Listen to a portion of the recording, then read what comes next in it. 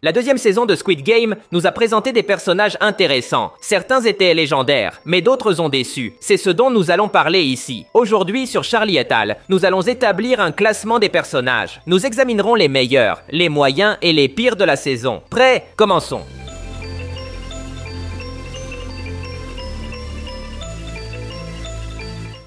Commençons par les meilleurs personnages. Ici, je veux mettre en avant la joueuse 120. C'est une femme transgenre qui est entrée dans le jeu pour gagner de l'argent et compléter sa transition de genre. Ce personnage a volé le cœur de tout le monde dès son apparition et faisait partie des meilleurs. Elle a apporté un aspect très humain à l'histoire. Dans l'épisode 5, elle a eu une conversation avec la femme âgée et a parlé de la difficulté de sa vie lorsqu'elle a commencé son processus de transition, ainsi que du rejet de sa famille. La scène est intense, et en tant que spectateur, nous comprenons réellement la douleur de ce personnage.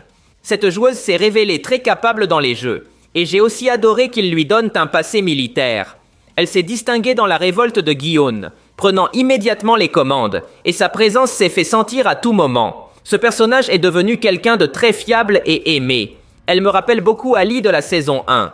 Curieusement, les deux ont sauvé Gi-hun dans le jeu de la poupée. Il est clair que la série a inclus cette scène pour nous rappeler Ali. Ainsi, ils ont présenté cette femme comme un soutien loyal pour le protagoniste. Pas comme quelqu'un qui serait son meilleur ami, mais comme un soutien solide. Passons à un autre grand personnage, le frontman. Dès la première saison, il s'est présenté comme énigmatique et intéressant. Beaucoup d'entre nous voulaient en savoir plus sur lui et le découvrir davantage. À cet égard, la série a complètement répondu à nos attentes, en présentant une version du frontman que nous n'avions pas vue auparavant. Il s'est infiltré dans les jeux, en tant que simple joueur, pour surveiller Gi-hun et ruiner ses plans. Là, nous l'avons vu en action, et avons eu un aperçu de sa personnalité, des moments les plus calmes aux plus sombres. Il était évident pour tout le monde qu'il serait un traître, mais malgré cela, sa performance était si bonne que parfois, j'ai même pensé qu'il pourrait changer. Je ne pensais pas qu'il deviendrait bon. Mais peut-être qu'il développerait une certaine affection pour Gi-hun et se sentirait en conflit à l'idée de le trahir. Mais non, il a été impitoyable. Il a tué l'ami de Gi-hun sous ses yeux et l'a laissé totalement humilié. C'est un excellent méchant qui méritait tous les applaudissements. Le recruteur. J'ai adoré ce personnage. Il n'a pas duré longtemps, mais l'épisode qu'il a eu était légendaire. Le recruteur est l'un des personnages les plus aimés de la série. Beaucoup sont tombés sous son charme dans la première saison, mais cette fois, il a enfin eu plus de temps à l'écran. Dans son épisode, nous avons appris à le connaître en profondeur. Nous avons découvert que c'est un sociopathe qui prend plaisir à voir les autres souffrir, méprise les joueurs et aime défier les gens dans des jeux macabres. Le personnage a eu une conclusion parfaite dans son duel avec Gi-hun. Ils se sont affrontés dans un jeu de roulette russe, et chaque seconde de cette scène était du pur cinéma. De loin, le recruteur est l'un des meilleurs personnages. Parmi les meilleurs, nous avons aussi Thanos. Il a apporté un élément de chaos au jeu, et dans chaque scène où il apparaissait, il volait la vedette. Au début, je pensais qu'il se démarquerait comme un grand méchant à cause de ce qu'il a fait dans le jeu de la poupée. Il semblait qu'il serait un sadique dangereux. Mais la saison l'a emmené dans une autre direction, lui donnant un passé plus fou et comique. Loin de me décevoir, j'ai adoré cela. Honnêtement, j'ai beaucoup ri de ses pitreries. Ma partie préférée était dans le jeu du carrousel, quand il a expulsé Yunsu de l'équipe. Mais ensuite, on voit Thanos dans la chambre en train de demander après lui. Le gaz était tellement défoncé qu'il ne s'était même pas rendu compte de ce qu'il avait fait. On ne peut pas nier qu'il était amusant et méritait plus de temps à l'écran. C'est dommage qu'il ait été tué.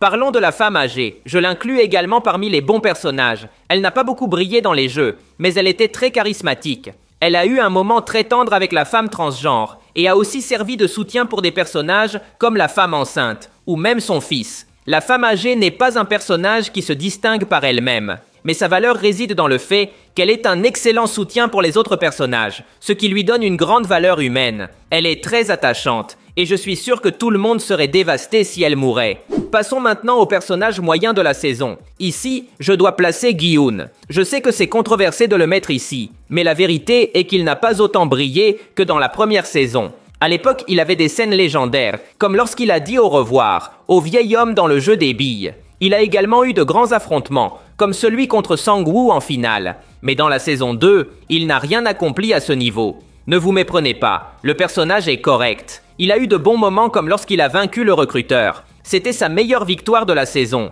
J'ai aussi adoré sa participation au jeu de la poupée. Je pense que nous nous souvenons tous de lui criant « J'ai déjà participé à ces jeux ». Cette phrase est même devenue un mème sur internet. Le point est que je ne veux pas que vous confondiez le mot moyen avec mauvais. Gi-hun est correct, mais j'avais des attentes plus élevées, étant donné qu'il est le protagoniste.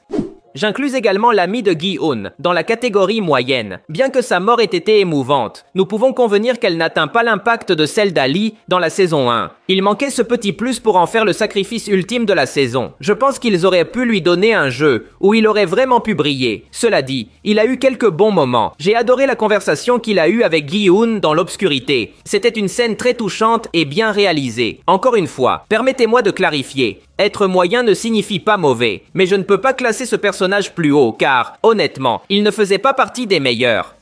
Dans la catégorie moyenne, j'inclus également le fils de la femme âgée, la femme enceinte et le YouTuber.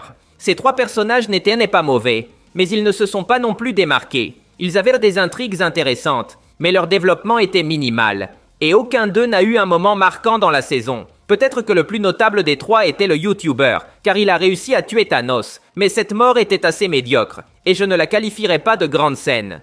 J'inclus également des joueurs comme le 246, dans la catégorie moyenne. Son histoire est très captivante. Il est entré dans le Squid Game pour sauver sa fille malade. C'est une narration simple mais puissante. Cependant, soyons honnêtes, il n'a pas fait grand-chose cette saison. La seule chose significative qu'il a faite, c'est de mourir à la fin. Je dis mourir parce que je suis presque sûr qu'il est encore vivant. Il est fort probable que nous verrons son histoire se conclure dans la saison 3, donc il faudra attendre. Il en va de même pour d'autres personnages, que je ne mentionne pas dans ce classement. Ils ont des histoires intéressantes, mais elles n'ont pas encore été résolues. Si je ne les mentionne pas, c'est parce que je les considère comme faisant partie de la catégorie moyenne. Passons maintenant au pire personnage de la saison. Honnêtement, un seul personnage mérite une place ici, le policier. Ce personnage a été complètement gâché. Je vais être direct. Dans la saison 2, il ne fait rien. Il était intéressant au début, mais une fois qu'il est monté sur le bateau, son histoire est devenue incroyablement ennuyeuse. Ne vous méprenez pas. J'adore le policier. Son histoire est intéressante et s'intègre parfaitement avec celle du frontman. De plus, les scènes qu'il partageait avec Gi-hun étaient fantastiques. Je voulais plus de cela, mais à la place, ils ont brusquement interrompu son intrigue et l'ont envoyé sur un bateau.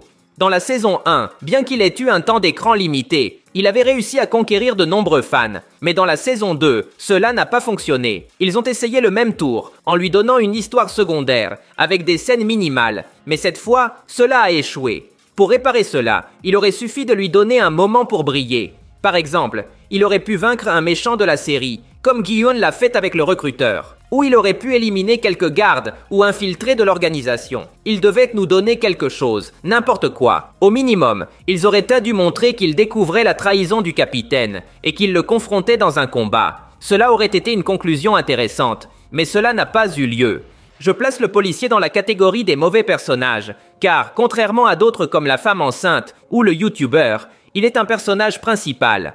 Beaucoup d'entre nous avaient de grandes attentes pour lui. Son histoire est en construction depuis la saison 1. Il n'y a aucune excuse pour ne pas lui avoir donné un développement adéquat. Ils ont eu assez de temps. J'espère sincèrement qu'ils réservent quelque chose de grand pour ce personnage dans la saison 3. Si cela ne se produit pas, nous assisterons à la déception de la décennie. C'est tout pour aujourd'hui. Si vous avez aimé la vidéo, cela m'aiderait beaucoup que vous laissiez un like. Ce serait légendaire. De plus, n'oubliez pas de vous abonner pour voir plus de vidéos comme celle-ci. Merci de m'avoir écouté. Je m'appelle Charlie et on se voit dans le futur.